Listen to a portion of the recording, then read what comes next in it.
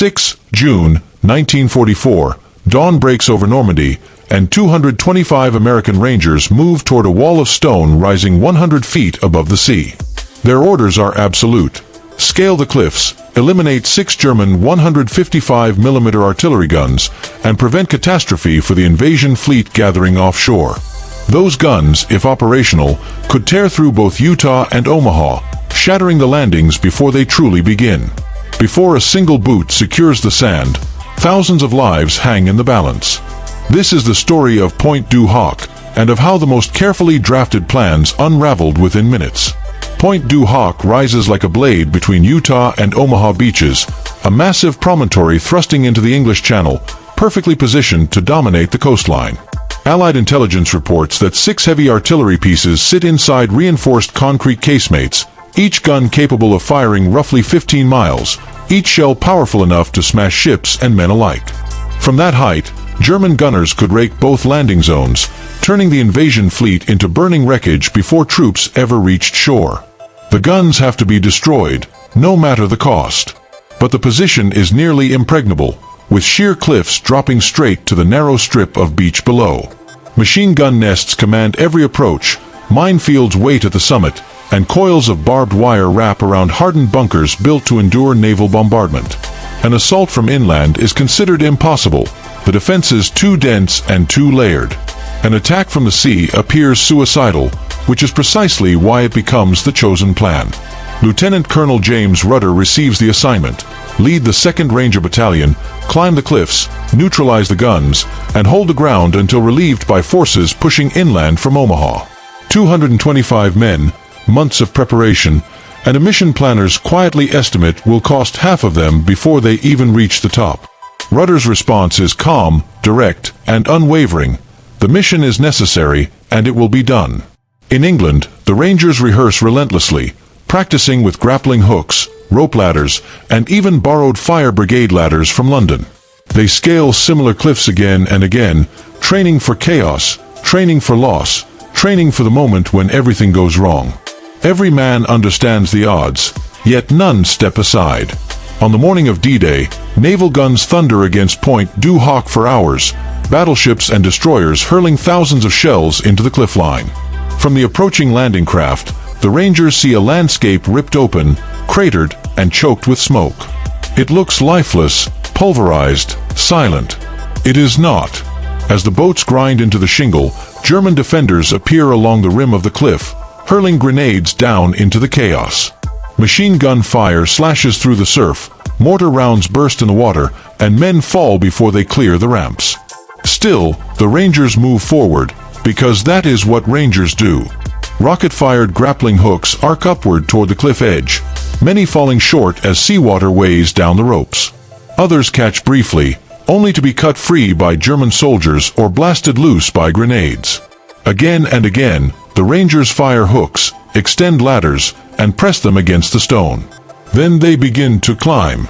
Imagine hauling yourself upward, hand over hand, with 100 feet of empty air beneath you. Bullets strike the rock around your head, grenades detonate nearby, and friends tumble past you toward the rocks below. There is no cover, no effective return fire, only the climb and the desperate hope you will reach the top. Sergeant Leonard Lommel later describes it as a shooting gallery, except the Rangers were the targets, and the only answer was to climb faster. Men are hit and fall. Others lose their grip halfway. Some crest the edge only to be shot as they pull themselves over. Yet enough make it. Enough claw their way onto the plateau, seize a foothold, and begin to fight. Within 30 minutes of landing, the unthinkable has happened. The Rangers stand atop Pointe du Hoc. Now they move toward the objective. They advance across a shattered moonscape toward the concrete bunkers where the artillery should be waiting. One bunker is reached, empty. Another, empty. A third, a fourth, a fifth, a sixth, all hollow. Wooden poles have been placed to resemble barrels from the air, but the real guns are gone. Moved days or weeks earlier, perhaps in anticipation of bombardment, perhaps for reasons still debated. The Rangers have bled for guns that are not there. Around them, the ground is strewn with dead and wounded, men scattered across craters and broken fortifications. Casualties already number in the dozens, adrenaline begins to fade, exhaustion sets in, and the primary objective has vanished. Many commanders might have declared success by default, secured the ground, and waited for relief. Rudder refuses that conclusion. If the guns were relocated, they cannot be far, too heavy, too vital to abandon. He orders search patrols into the surrounding countryside, into terrain already alive with German forces preparing to counterattack. Among those who step forward are Sergeant Leonard Lommel and Sergeant Jack Kuhn, armed lightly and moving beyond the perimeter into uncertainty. It is around 8:30 in the morning, and German units are reorganizing. They push south into the Norman hedgerows, thick earthen walls crowned with dense vegetation, 6 feet high in places and perfect for ambush.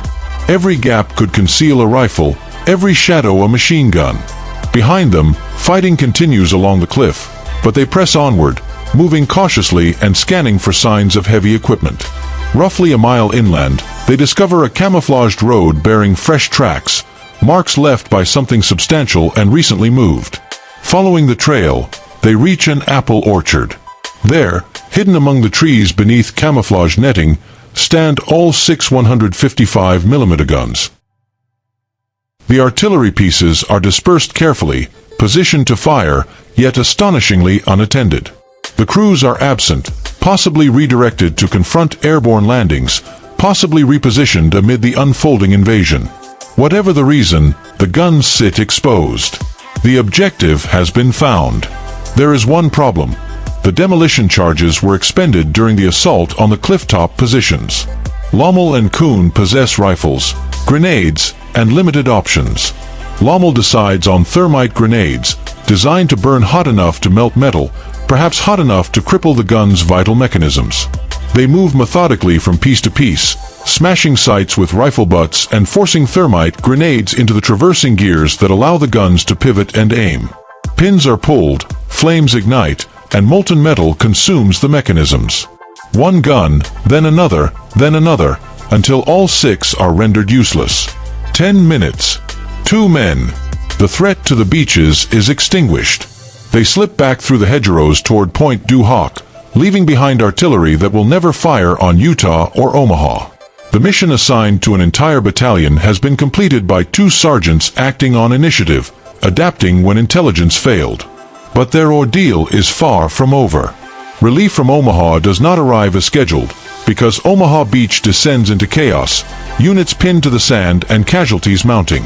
The Rangers atop Pointe du Hoc find themselves isolated, surrounded, and painfully aware of their dwindling numbers. German counterattacks begin quickly, probing assaults seeking weaknesses in a perimeter meant for hundreds, now held by fewer than 200. Ammunition runs low, medical supplies dwindle, and resupply never materializes. Rudder establishes his command post inside a bomb crater, the only cover available, while wounded men lie exposed to sniper fire and shell bursts. By nightfall on 6 June 1944, more than a third of the battalion is dead, wounded, or missing.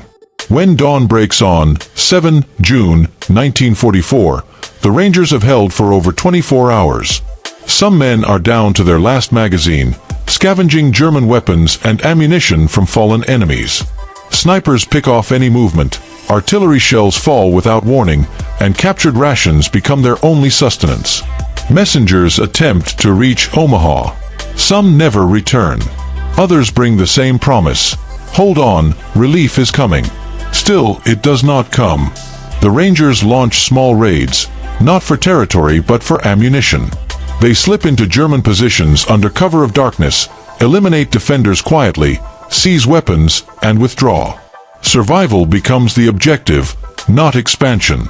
By the afternoon of 7 June 1944, barely 90 Rangers remain capable of effective combat. The perimeter contracts as manpower fades, and then a larger German assault strikes, perhaps 150 to 200 infantry supported by machine guns. The Rangers repel them with American rifles, captured weapons, grenades, and even stones when explosives run dry. When the attack finally breaks, ammunition counts reveal positions with fewer than a dozen rounds per man.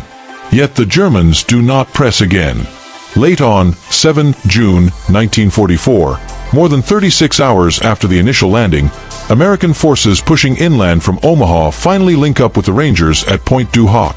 What they encounter is almost unrecognizable: a landscape torn apart, bunkers shattered, bodies scattered across craters and trenches.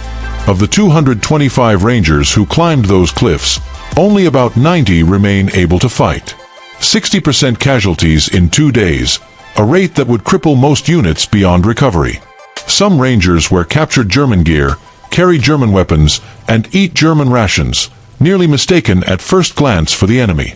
Lieutenant Colonel Rudder, wounded by shrapnel yet still commanding, files a stark report: mission accomplished, unit combat ineffective. The 2nd Ranger Battalion ceases to function as a cohesive fighting force, requiring months to rebuild. But the guns that threatened the beaches have been destroyed, not where intelligence predicted, not through overwhelming firepower, but through initiative when the plan collapsed. The truth of Pointe du Hoc is not a tale of flawless preparation, nor of perfect intelligence. Allied reports were wrong, the guns were gone, and the original objective dissolved within minutes. 2 sergeants adapted, searched, and completed the mission through improvisation and resolve. The Rangers endured isolation not by design, but because Omaha Beach became a battlefield of chaos that delayed relief. They survived through scavenging, adaptation, and sheer determination. The heroism at Pointe du Hoc was not only the climb, though that ascent remains one of the most daring feats of the war. It was the decision to keep searching when others might have stopped, the refusal to accept incomplete success, and the endurance to hold for 2 brutal days with fading ammunition and mounting losses. 225 Rangers scaled those cliffs on 6 June 1944. They discovered their objective was based on flawed intelligence, and instead of surrendering to confusion, 2 of them went looking for the truth. They found it. They destroyed it. They safeguarded countless lives on the beaches below. The lesson of Pointe du Hoc is not that the plan succeeded. It is that when the plan failed, soldiers succeeded anyway. It is the story of imperfect humans confronting impossible circumstances and prevailing, not because conditions favored them, but because they refused to yield. The Rangers at Pointe du Hoc did not require a perfect strategy. They required courage greater than the chaos around them.